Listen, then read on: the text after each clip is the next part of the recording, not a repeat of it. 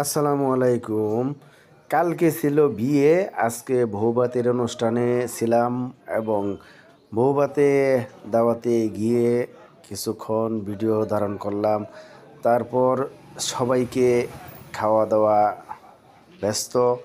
বউভাতের অনুষ্ঠানে সবাই খাওয়া দাওয়া করতেছে। তো সময় পেয়ে ওই যে আমার ছোট ভাই আরও ওই যে এই টেবিলও খান পাই নাই, এখনও আসে নাই, আসবে। তো সবাই মোটামুটি খাওয়া দাওয়া নিয়ে অনেকেই ব্যস্ত। সকলে দেখেন বউভাতের অনুষ্ঠানের খাওয়া দাওয়া, পর্যাপ্ত খাওয়া দাওয়া চলছে। ওই যে আমার শ্রদ্ধেয় স্যারেরা ওইখানে আছেন, ওই যে খাওয়া দাওয়া করতেছে।